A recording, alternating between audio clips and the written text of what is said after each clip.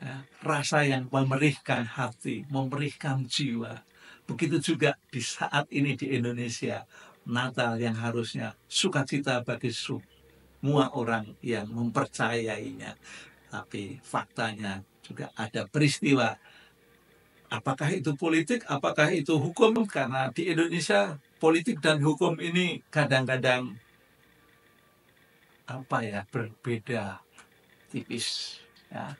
KPK harusnya berurusan dengan masalah hukum saja, tapi kadang-kadang hukum itu juga ditabrak oleh pemilik-pemilik kekuasaan. Buktinya sudah ada kan di masa pemilu yang kemarin. Pada masa Natal tidak selalu ada rasa sukacita, padahal umumnya umat itu selalu merasa bersukacita dengan hadirnya Natal.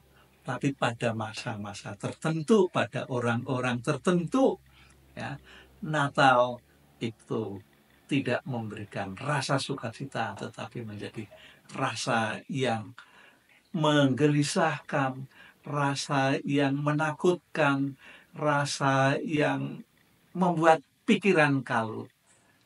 Ya, di Indonesia juga jelang Natal ada orang yang terekspos secara nasional, mungkin juga secara dunia, yaitu ada orang yang tokoh dari partai tertentu atau saya sebutkan PDIP, ya, Pak Hasto, ya, yang di jelang Natal itu dia mendapatkan sprindik, ya, sebagai orang yang tersangka, ya, terkait dengan kasusnya Harun Masiku yang berlangsung 5 tahun, 6 tahun yang lalu, kalau itu berlangsung pada tahun 2019. Nah, inilah politik. Dan politik kalau dalam intern bisa menjadikan seseorang bertengkar. Tapi kalau antar partai itu bisa menyebabkan perpecahan. Perpecahannya bukan lingkup yang kecil, tapi bisa lingkup yang besar, yaitu negara. Kalau negara dengan negara, partai itu bisa menjadikan, masalah politik antar negara itu bisa menimbulkan peperangan. Dan peperangan itu di mana-mana sebenarnya bukan masalah yang lain-lain, kecuali itu masalah politik.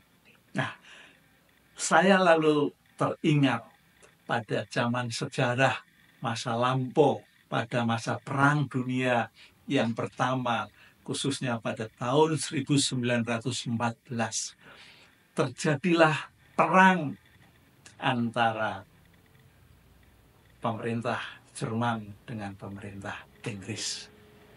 Peperangan itu boleh dikatakan peperangan yang brutal, ya, peperangan yang sangat kejam. Ya. Namun itu semua bisa terjadi apa yang namanya gencatan senjata tidak resmi. Loh, mosok sih ada gencatan senjata yang tidak resmi? Betul, itu terjadi pada tahun 1914. Gencatan senjata itu lebih dikenal dengan Christmas Truce, Christmas Truce itu. Ya, jadi gencatan senjata Natal. Yang terjadi yaitu antara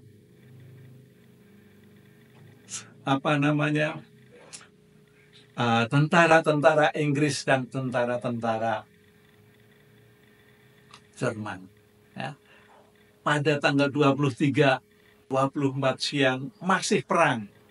Tiba-tiba malam harinya ada suara Holy Christmas, Malam Kudus, yang dinyanyikan oleh pasukan Jerman. Lalu disahut, ditimpali dengan lagu yang sama, Oh Holy Christmas, dari tentara, dari pasukan Inggris. Ini terjadi luar biasa. Keesokan harinya, tanggal 25 Desember tahun 2014, itu kembali ya, tentara Jerman membawa semacam kado Natal. Tapi tentu tentara pasukan di Inggris yang didatangi oleh tentara itu pasukan seorang tentara dari Jerman ada rasa nggak enak, takut, tapi akhirnya diterima. Dan dari situlah terjadi betul-betul perdamaian. Ya, ini masalah kemanusiaan, tapi hanya berlangsung hanya 1 hari. Pada hari Natal itu saja mereka bisa bermain, mereka bisa bercanda, mereka bermain sepak bola di tanah yang tidak bertuan. Maksudnya tanah tak bertuan itu ya tanah yang tidak dipakai oleh tentara Inggris maupun tentara Jerman. Nah, ini bahwa Natal tidak selalu memberikan rasa damai. Ya, Natal sih memberikan sukacita pada saat itu juga. Ya, dan mereka bisa saling bermain sepak bola lagi. Luar biasa kan? Tapi kalau saya melihat pada masa Natal yang pertama, yaitu Yesus lahir, itu memang ada sukacita, tetapi juga sekaligus ada masalah persoalan politik. Ya, yaitu pada zaman Raja Herodes. Apa persoalan politiknya? Sederhana, yaitu Raja Herodes ingin membunuh semua bayi-bayi yang lahir.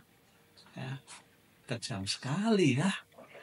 Jadi memang politik boleh dikatakan kejam, politik boleh dikatakan brutal, iya, ya, karena perangnya pada masa Perang Dunia I ini boleh dikatakan perang yang brutal.